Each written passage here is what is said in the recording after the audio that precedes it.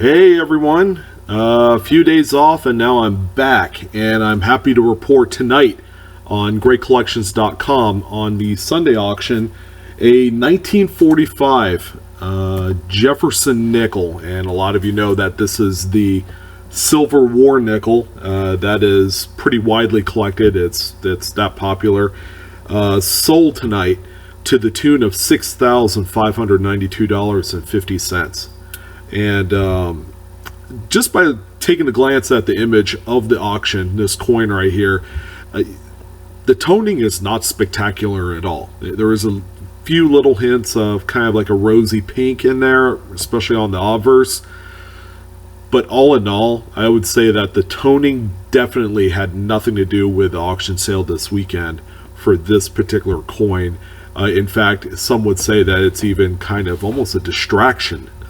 When you get a lot of toning that's more of the brown and kind of the darker side of things, almost what they call terminal toning, that's where it really begins to kind of make a negative impact on the value of the coin. But I will say this one thing: the reverse of this nickel is absolutely hammered, and what I mean by that, it is so well struck. The minute details of every single facet of the reverse of this coin is absolutely sharp, which is why PCGS designated this one as a mint state 67 plus, which is no slouch, and full steps. When you have full steps, and judging from the first glance image that you see on screen, there is absolutely nothing wrong with the reverse. Again, the toning is kind of a smokescreen in all of this, and I don't know, I feel like if it was blast white, without the toning, I'm afraid to say it might have probably sold for a little bit more. But the toning in this case, as abysmal as how I think it is, really lent some of the originality to the coin. It's a coin that has been stored at one point, and it's been missing from collectors' hands. And yeah, sure enough, this coin right here is cream of the crop. Now, in terms of the overall nickel series, the Civil War nickel date range from 42 to 45 exhibits some of the nicest, strongest strikes with the most beautiful luster in a nickel that I've seen in a long time.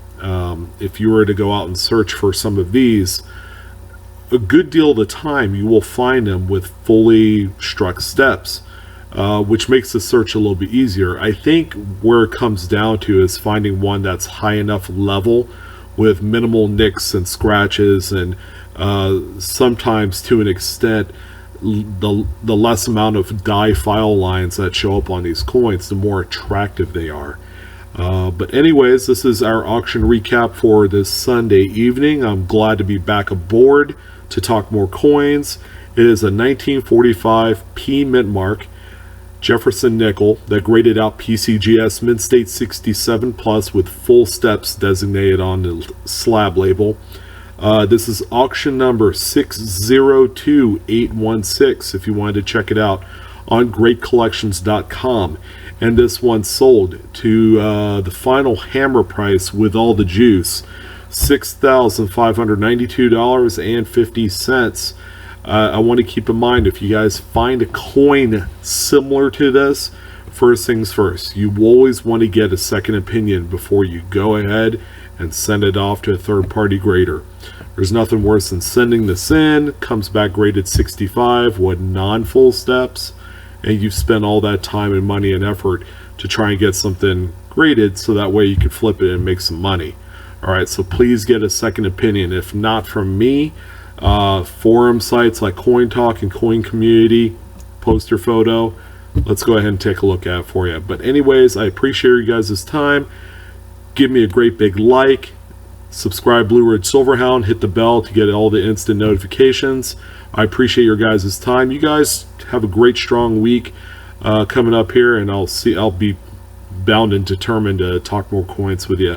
Anyways, you guys take care and have a pleasant evening.